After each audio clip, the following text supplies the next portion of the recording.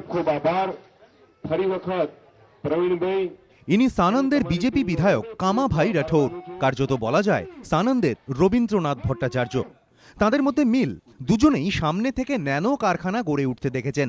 আর অমিল, রবীন্দ্রনাথ ভট্টাচার্য ন্যানোকে রাখতে না পেরে এত বছর পর বুঝতে পারছেন কারখানা হলে ভালো হতো। সেখানে গুজরাতে সানন্দের বিধায়ক তার ভোটের প্রচারে ফসল তুলেছেন ন্যানো কারখানার।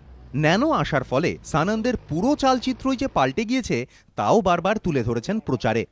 रोजगार बहुत बड़ा है, इतना रोजगार बड़ा है कि हमारे जो नौजवान है, अभी तो ये फैक्ट्री वाला ढूंढता है तो उसको नौजवान नहीं मिलते हैं। ये पहले 5 साल में तो आप अंदरूनी गांव में जाओ तो देखेंगे कि उसकी क्या हालत थी, और अभी ये हम जाते हैं तो हम भी भूल जाते हैं कि ये हरि भाई का मकान है, ये प्रवीण भाई का मकान है। इतना बढ़िया हवेली बनवा दी है उसने, सबको आबादी मिली है और सबको रोजगारी मिली है। বিজেপির তরুণ বিধায়ক কামাভাই গতবার জিতেছিলেন 3300 ভোটে।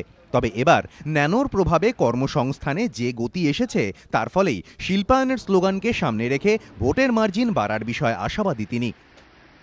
রবীন্দ্রনাথ ভট্টাচার্যের সঙ্গে কামাভাই রাঠোরের বয়সের তফাৎ প্রায় 40 বছরের, আর দুজনের এই জীবনেই বড় পরিবর্তন এনেছে টাটার ন্যানো প্রকল্প।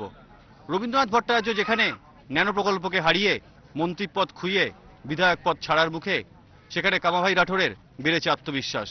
ন্যানো প্রকল্প আসার পরে তার আত্মবিশ্বাস এতখানি বেড়েছে যে তিনি এখন ভাবছেন তার মার্জিন গতবারের থেকেও অনেকখানি বাড়ার ব্যাপারে। ক্যামেরায় প্রবীর সামন্তের সঙ্গে বিধুনী চট্টোপাধ্যায়, এবিপি আনন্দ, সানন্দ, গুজরাট।